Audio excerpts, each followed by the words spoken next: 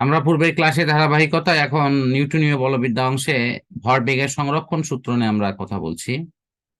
তো সেখানে সংরক্ষণ সূত্রের মূল কথা কি, যে একাধিক বস্তুর মধ্যে ক্রিয়া প্রতিক্রিয়া ছাড়াও যদি অন্য কোনো বল ক্রিয়া না করে তাহলে যে কোনো দিকে তার বস্তুর মোট ভরবেগের কোনো পরিবর্তন হয় না।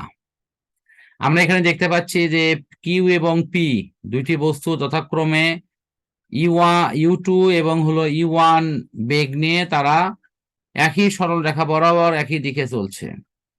যদি শর্ত হয় ইউ2 ইজ গ্রেটার দেন কত ইউ1, তাহলে অবশ্যই এক সময় কিউ বস্তু পি বস্তুকে ধাক্কা দেবে। কিউ বস্তু যে পি বস্তুকে ধাক্কা দিল, তাহলে কিউ বস্তু পি বস্তুর উপর যে বল প্রয়োগ করে সেটা হলো F1, এটা ক্রিয়া বল। আবার কিউ বস্তুর উপর বল প্রয়োগ করে সেটা হলো F2, এটা প্রতিক্রিয়া। স্যার বস্তুগুলা কি একই দিকে যাচ্ছিল? হ্যাঁ, একই দিকে যাচ্ছে। একই দিকে গেলেও শর্ত আছে, এই যে পেছনেরটার বেগ বেশি সামনেরটার বেগ কম। পেছনেরটার বেগ বেশি হওয়ায় সামনেরটাকে সে এক সময় গিয়ে ধাক্কা দেবে। ভালো করে খেয়াল করো, এটা তাই তো হয়। জি স্যার। যেহেতু একই সরলরেখা বরাবর একই দিকে যাচ্ছে, সুতরাং এদের সংঘর্ষ হওয়ার পর এরা এই প্রথম বস্তু দ্বিতীয় বস্তুকে F1 বলে, আর দ্বিতীয় বস্তু প্রথম বস্তুকে F2 বলে ধাক্কা দিচ্ছে।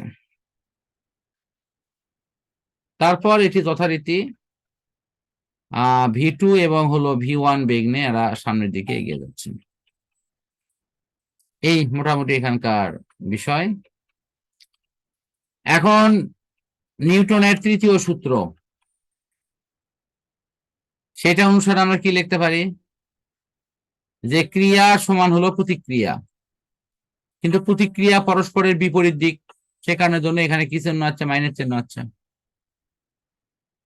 ঠিক কিনা? জি স্যার। এখন তুমি বলো এফ সমান এম এ না? জি স্যার, এফ সমান এম এ।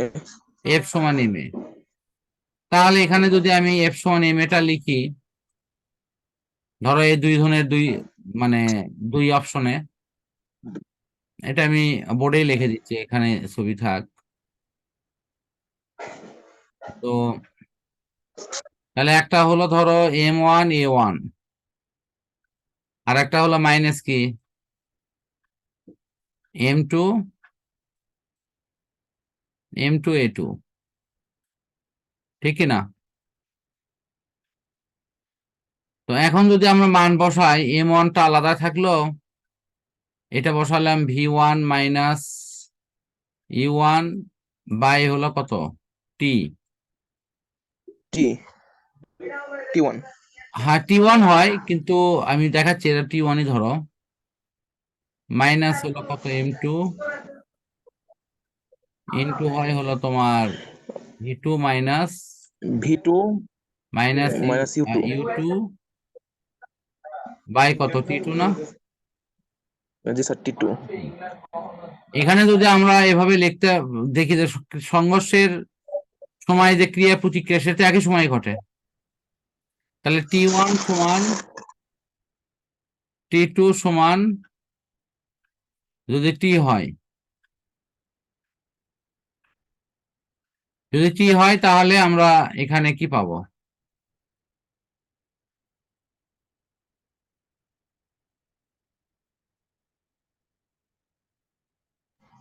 তাহলে আমরা এখানে পাবো হলো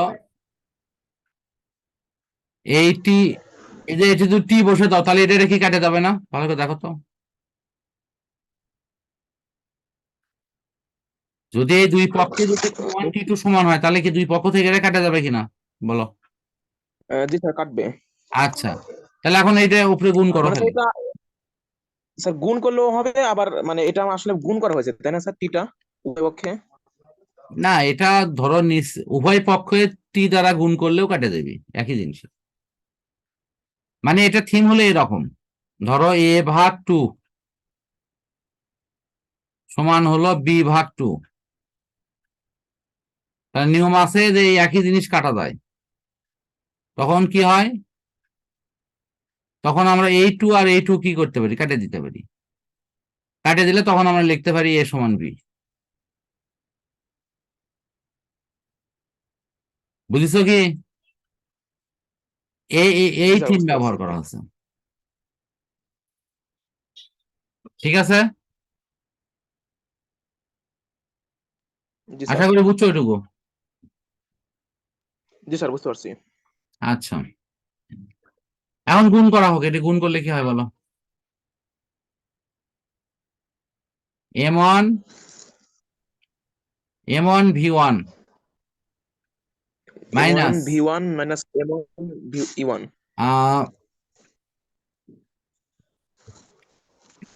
স্যার, E1 মাইনাস না? হলো কি M1 E1, M1। E1, তো M1 সমান মাইনাস হলো কত M2 V2 প্লাস হলো minus M2 U2। M2 U2। U2। এখন তুমি দেখো তো, ইউ গুলোকে এক পাশে নিলাম, ভি গুলোকে এক পাশে নিলাম, তাহলে কি আর মাইনাস থাকবে?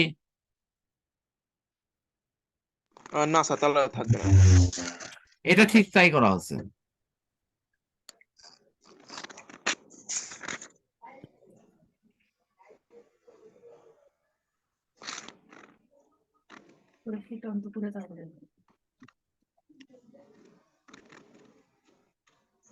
জি স্যার, ঠিক আছে, এটাই। আচ্ছা, আমার মনে হয় তাহলে দেখো তো এই সূত্র আসবে না তখন? জি স্যার, এই এটা যে তখন আসবে। এখন তখন দেখো, তোমার বইয়ে যে সূত্রটা তুমি দেখতে পাইছো, এই যে সংঘর্ষের আগে পরে, সংঘর্ষের আগে M1 E1 M2 U2, সংঘর্ষের পরে V1 V2 V1, এটা এটা চলে আসবে। আর এটা যে আসে সেটা আমি পরের ওই বইতেও দেখাই দিচ্ছি। তুমি যদি পরের পৃষ্ঠায় যাও, দেখো লেখা আছে, দেখো আমি যে ক্যালকুলেশন করছি সেটাই করা আছে। মানে স্যার, পুরাতন বইতে সুন্দর করে দেওয়া আছে ক্যালকুলেশনটা, প্রতিপাদন দেখছো করা। কি, দেখছো আছে কি?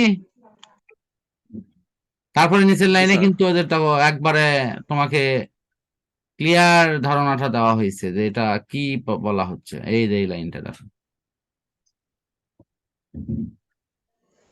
হুম। আরো জি মজার স্যার, জিনিস হলো, হ্যাঁ। দেখো ওই নিচেই দেখো আর একটা অঙ্ক করে দেওয়া আছে। ফলে তোমার এই জিনিসটা বুঝতে আরো ক্লিয়ার হবে। একটা বস্তু দুই দিক থেকে আসছে, ছুটে আসছে নাকি? জি স্যার, ছুটতেছে। হ্যাঁ, একজন এত বেগে আর একজন,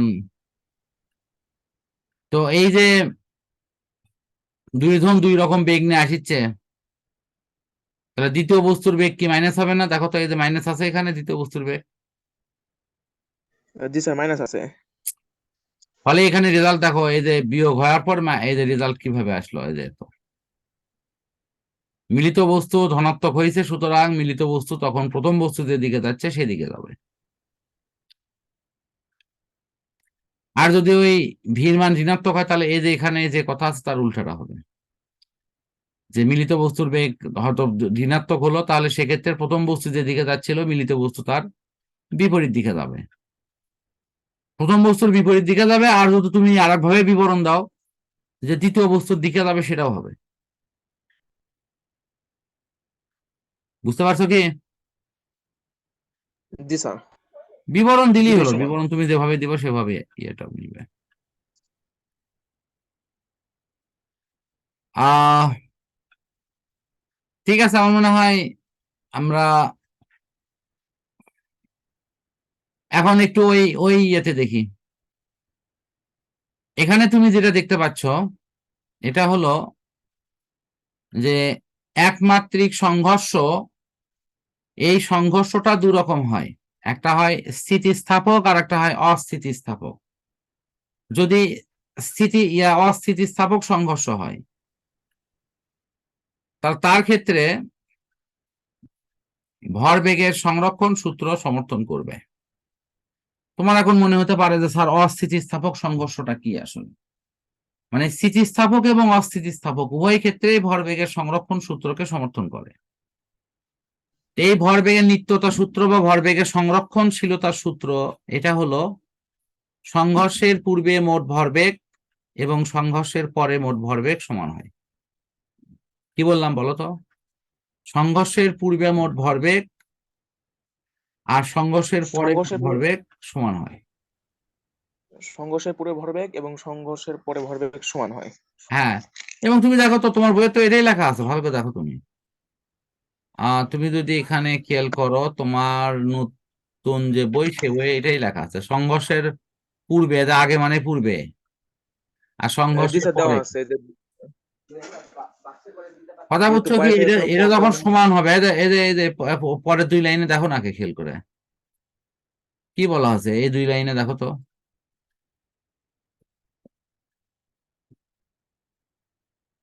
জি স্যার, যেহেতু বাইরে থেকে কোনো বল দেওয়া হয়নি তাই সংঘর্ষের আগে যেটুকু ভরবেগ ছিল সংঘর্ষের পরে সেটুকু ভরবেগ।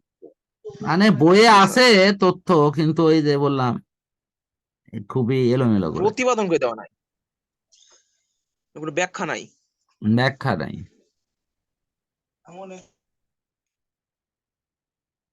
আহ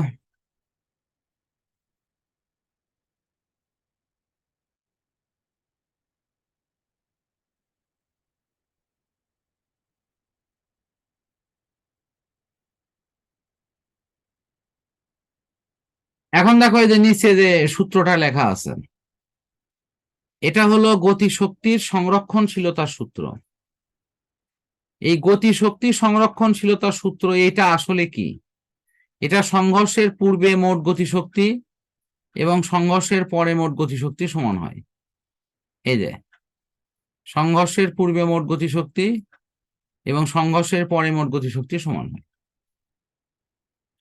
তাহলে এটা কখন হয়? এটা হলো তোমার যখন সংঘর্ষটি হয় স্থিতিস্থাপক। কি বললাম?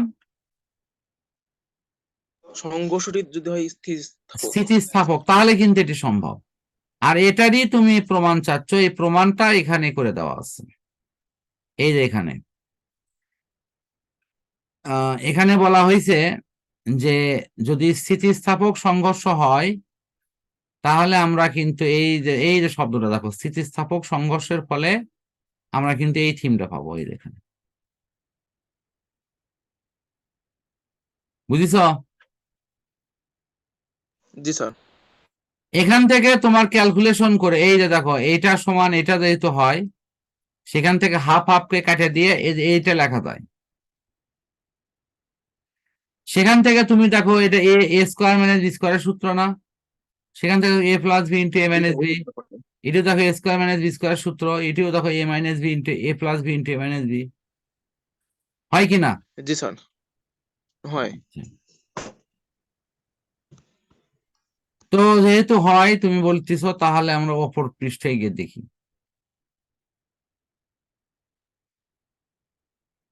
তো এখানে সমীকরণকে যদি আমরা ভাগ করি, ভাগ করলে কিন্তু এরকম আকৃতি পাবো। সেখান থেকে ইউ গুলোকে এক পাশে নিলাম আর ভি গুলোকে এক পাশে নিলাম। এখান থেকে V1 সমান কত, V2 সমান কত, এটা বের করলাম।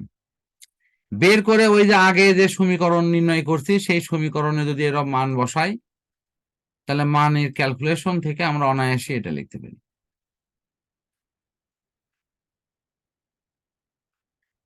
এবং সেই ক্যালকুলেশন থেকে এটা লেখা হচ্ছে। তুমি যদি খেয়াল করো, এই যে U1, এই যে U1, ভালো করে তুমি একটু দেখো, তাহলে দেখো তো জায়গা বদল করেনি খালি এরা।